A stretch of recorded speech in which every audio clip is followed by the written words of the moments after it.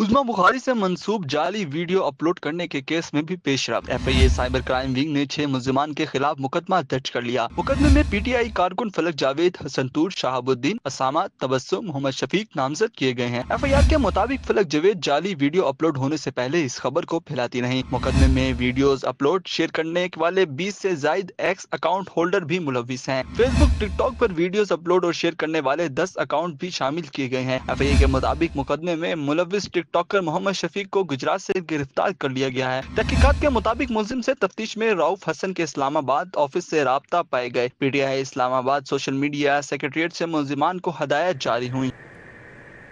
Lahore high court اور ماتحت عدالتوں میں دن بھر کی کارروائیوں کا احوال جانیں گے اس رپورٹ میں۔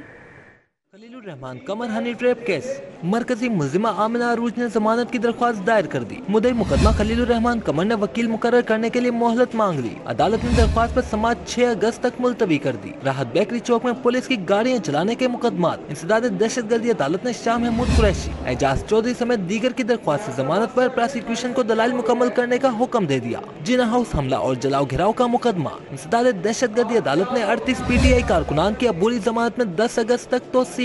سرکاری اراضی کو ہاؤسنگ سوسائٹی میں شامل کرنے کا مقدمہ، اینٹی کرپشن کورٹ نے سنی اتحاد کونسل کے رکن پنجاب اسمبلی میاں عاطف کی عبوری ضمانت میں 8 اگست تک توسیع کر دی۔ شاہدرہ میں وکیل کے 3 بھائیوں کا قتل کیس، ATC نے 3 گواہوں کے بیانات پر جرح نہ کرانے، ٹرائل کی کارروائی میں رکاوٹ ڈالنے پر 7 ملزمان پر 10-10 ہزار روپے کے جرمانے عائد کر دیے۔ گھر میں 3 خراب ایئر کنڈیشنر لگانے کا معاملہ، شہری نے اسامہ کولنگ سینٹر باغبان پورہ کے خلاف ہرجانے کا دعویٰ دائر کر دیا۔ صارف عدالت نے وکیل کو 17 اگست کو ابتدائی بیان کے لیے نوٹس جاری کر دیا۔ پنجاب اسمبلی کا اجلاس 11 اگست کو دن 2 بجے طلب کر لیا گیا۔ گورنر پنجاب نے اجلاس بلانے کی سمری پر دستخط کر دیے۔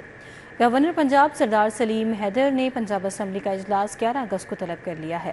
اسمبلی کا اجلاس 11 اگست دوپہر 2 بجے طلب کیا گیا ہے۔ سردار سلیم حیدر خان نے آئین کے آرٹیکل 109 کے سیکشن 1 کے تحت حاصل اختیارات استعمال کرتے ہوئے اجلاس طلب کیا ہے، جس کا باضابطہ نوٹیفیکیشن جاری کیا گیا ہے۔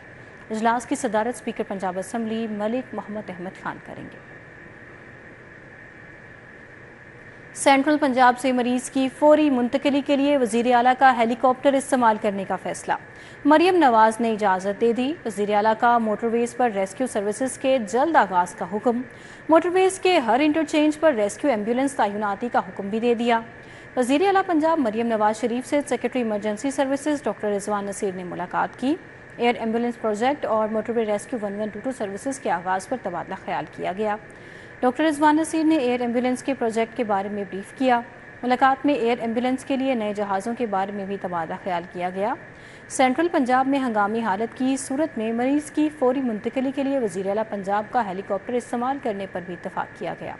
وزیر اعلیٰ مریم نواز نے موٹر ویز پر ریسکیو سروسز کے جلد آغاز کے لیے اقدامات کے حوالے سے بھی ہدایت کی۔ وزیر اعلیٰ مریم نواز نے ایئر ایمبولینس سے دور دراز کے مریض کو علاج کے لیے بڑے ہسپتال پہنچایا جا سکے گا، جبکہ ایئر ایمبولینس عوام کے لیے ہے اور ایمرجنسی کی صورت میں جان بچائی جا سکے گی۔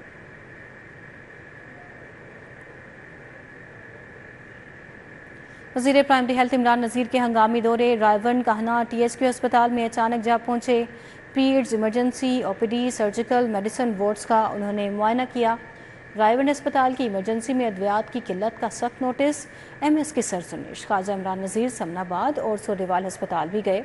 وزیر اعلیٰ پنجاب مریم نواز کی ہدایت پر خواجہ عمران نذیر نے رائیون کہنا، سمن آباد، سوڈیوال ہسپتالوں کا دورہ کیا۔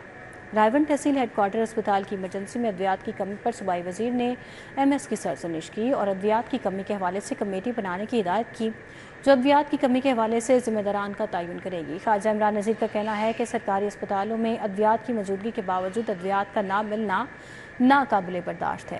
صوبائی وزیر صحت رائیون کہنا، سمن آباد، سوڈیوال ہسپتالوں میں پیڈز، ایمرجنسی، OPD اور دیگر وارڈز میں بھی گئے۔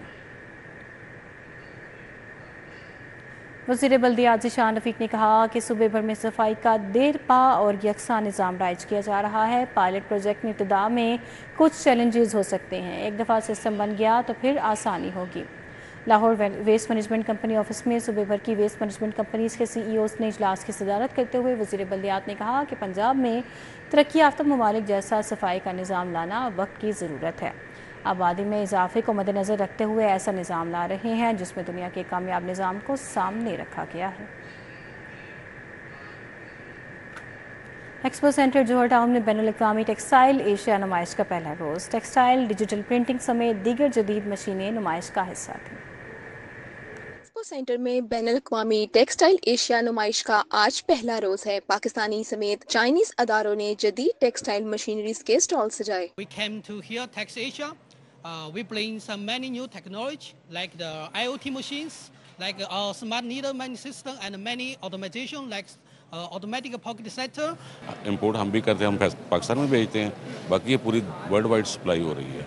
بہت اچھا رزلٹ ہے، لائف ٹائم ہے، پارٹس اویلیبلٹی ہے، سب سے بیسٹ جو ہے یہ اس کی فنشنگ کوالٹی میں بیسٹ جو ہے نا یہ دے رہی ہے۔ سٹالز مالکان کا کہنا ہے کہ پاکستان میں یہ نمائش صنعتی ترقی میں اہم کردار ادا کرے گی۔ ایسی نمائش پاکستان میں روزگار کے مواقع پیدا کرنے کے لیے بھی معاون ثابت ہوگی۔ پاکستان کی انڈسٹری کو ایک بوم دینا چاہ رہے ہیں۔ اس مشینری کو یوز کرنے کے بعد آپ دیکھیں گے کہ ہم اپنی ایکسپورٹ کو لیول 1 سے لیول B پہ لے کے جا سکتے ہیں۔ یہ سموتھ بھی ہے اور اس کے بعد جو ہماری جو پروڈکشن کی جو کوالٹی ہے اس کو ہم ایکسپورٹ لیول پہ اور دنیا میں بہتر طریقے سے دکھا سکتے ہیں۔ ایسی نمائش پاکستان میں روزگار کے مواقع پیدا کرنے کے لیے بھی معاون ثابت ہوگی۔ نمائش 3 روز تک ایکسپو سینٹر میں جاری رہے گی جس میں مختلف ممالک کے مدعوین بھی شریک ہوں گے۔ کیمرہ مین علی عدنان کے ساتھ اکثر سجاد، سٹی 42۔